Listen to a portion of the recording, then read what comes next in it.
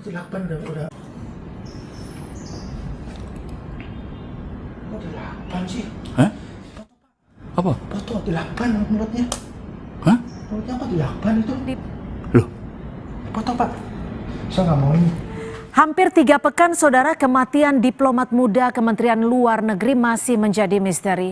Besok penyidik Polda Metro Jaya rencananya akan mengumpulkan semua ahli untuk menyimpulkan apa penyebab kematian Arya Daru, diplomat Kemlu yang tewas terlakban. Lalu bagaimana merangkai puzzle sebab dari kematian diplomat Kemlu ini, kita akan bahas bersama Komisioner Kompolnas Yusuf Warsim dan anggota Komisi 3 DPR RI dari fraksi PKS Nasir Jamil. Selamat petang Pak Yusuf, Bang Nasir, terima kasih sudah bergabung bersama kami di Kompas Petang. Saya akan ke Pak Yusuf terlebih dahulu. Selamat petang. Selamat petang, Cynthia. Pak Yusuf, dari informasi yang Anda peroleh, Kompolnas sendiri mendapatkan informasi terkini apa Pak Yusuf terkait kematian dari Arya Daru Pangayunan ini?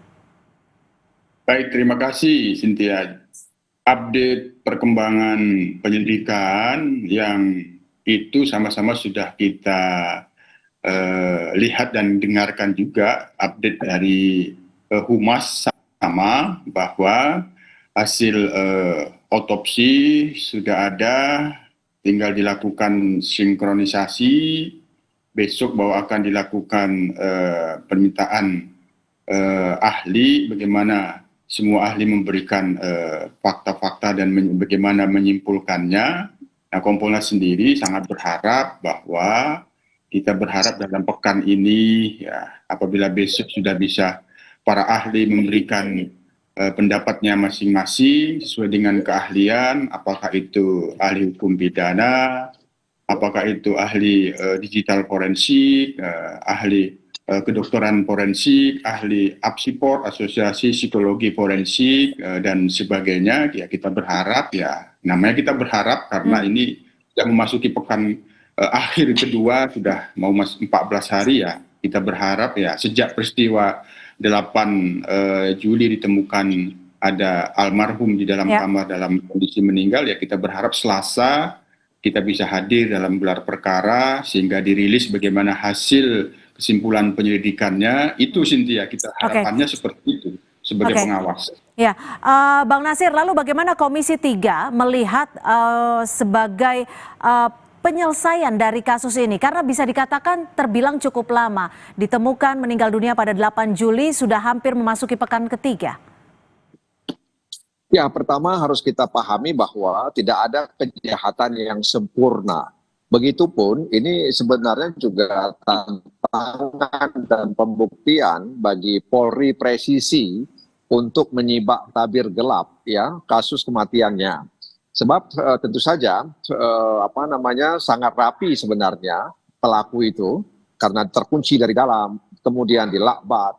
Bahkan saya juga mendapatkan foto-foto terkait dengan kondisi korban, ya, di mana seluruh jari tangannya itu berwarna biru, kemudian ada lebam di leher, ada lebam di pangkal tangan, ya, yang itu menunjukkan bahwa memang spekulasi atau katakanlah isu-isu yang terkait dengan korban bahwa bunuh diri dan lain sebagainya itu menurut saya sangat tidak masuk akal. Nah, karena itu sekali lagi scientific crime investigation itu menjadi sangat penting dilakukan oleh kepolisian untuk mengungkapkan misteri tadi itu. Jadi tidak ada cara lain. Begini Bang Nasir, artinya ini saya coba kembali merangkum pernyataan Anda. Artinya dari Anda sendiri menyatakan bahwa sangat tidak mungkin Arya Daru meninggal akibat bunuh diri berdasarkan bukti-bukti yang sempat Anda lihat.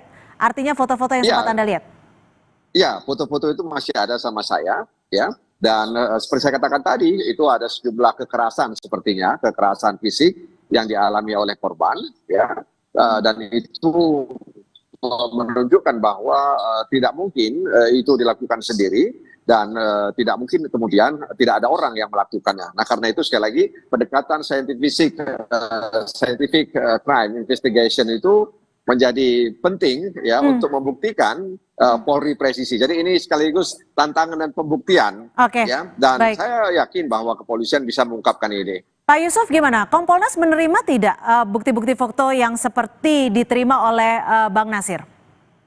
Iya, apapun ketika belum bisa dirangkai untuk menjadi kesimpulan, peristiwa bahwa ini sekali lagi namanya penyelidikan itu adalah mengumpulkan informasi dan bukti awal untuk mengungkap ada atau tidak peristiwa tindak pidana, kan itu.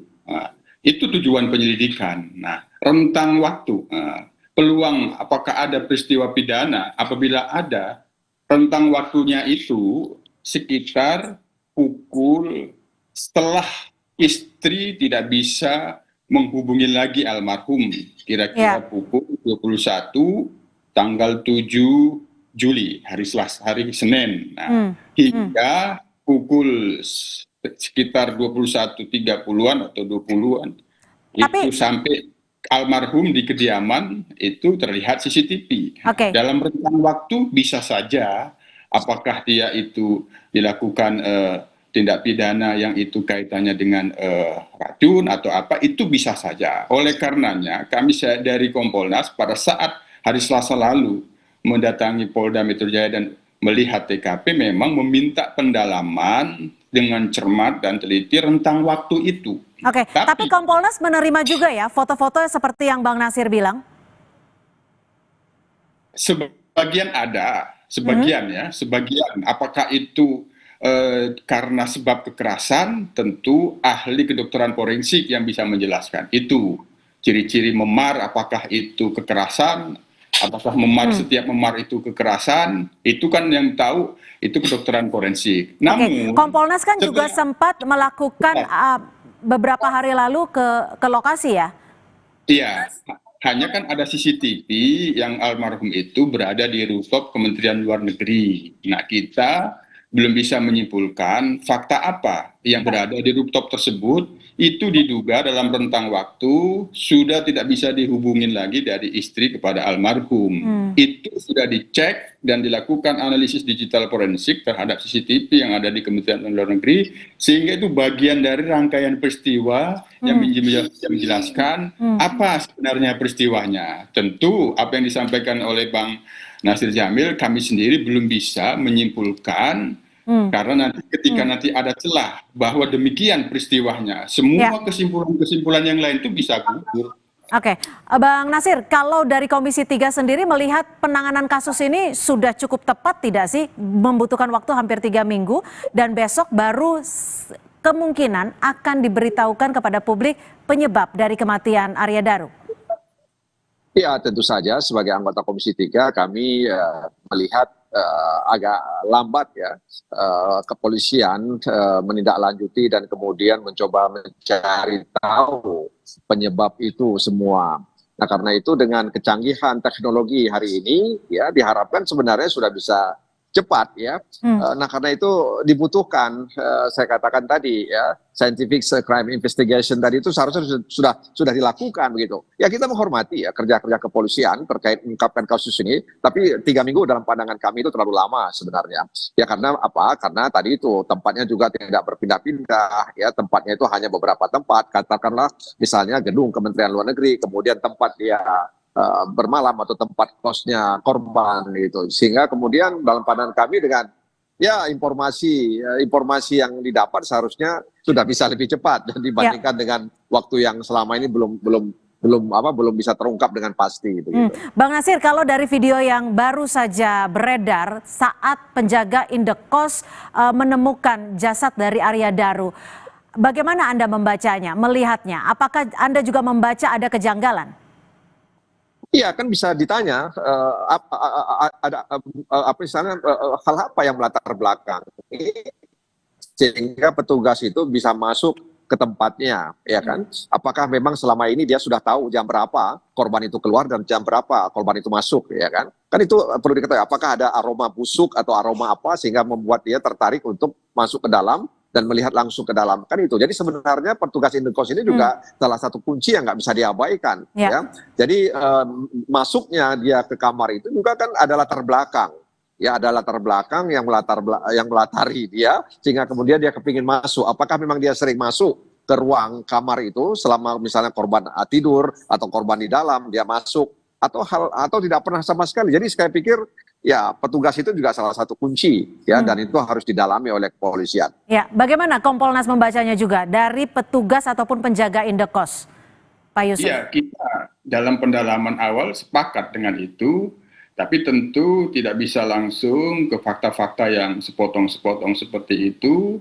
Semua rangkaian fakta-fakta yang dikumpulkan itu, bagaimana komunikasi istri dengan korban, bagaimana komunikasi istri dengan penjaga kos. Nah, kemudian bagaimana penjaga kos itu kemudian mengambil satu tindakan membuka pintu secara paksa dengan membuka jendela terlebih dahulu, kemudian membuka kunci slot yang itu harus dikunci dari dalam, dibuka juga dari dalam. Nah, tentu rangkaian fakta-fakta ini harus menjadi satu rangkaian untuk dianalisis. Ya. Apakah ada fakta yang disampaikan oleh Bang Nasir Jamur itu yang perlu terus digali dan didalami saksi pada penjaga kos itu, bisa saja itu bagian yang saran kami. Pak Yusuf, tapi ada penjelasan nggak sih yang diterima dari Kompolnas kenapa pada malam harinya penjaga indekos tidak mengetuk pintu kamar dari Arya Daru, tapi baru di pagi harinya dibuka secara paksa?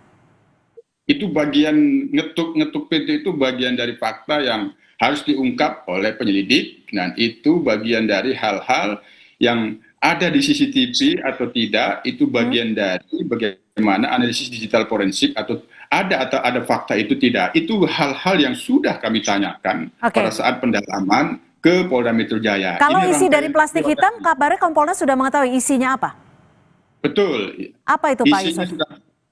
Itu bagian dari hal yang harus disimpulkan di dalam penyelidikan. Kita tidak memberikan informasi sepotong, nanti bisa ditafsirkan tidak sesuai dengan fakta dan bisa disimpulkan tidak sesuai dengan faktanya. Oleh karena itu, biar itu menjadi rangkaian penjelasan fakta-fakta penyidikan dengan kesimpulan apa akhirnya. Baik, terima kasih atas penjelasan dan juga perspektifnya Komisioner Kompolnas Yusuf Warsim dan juga anggota Komisi 3 DPR RI fraksi PKS Bang Nasir Jamil atas perspektifnya sore hari ini. Terima kasih.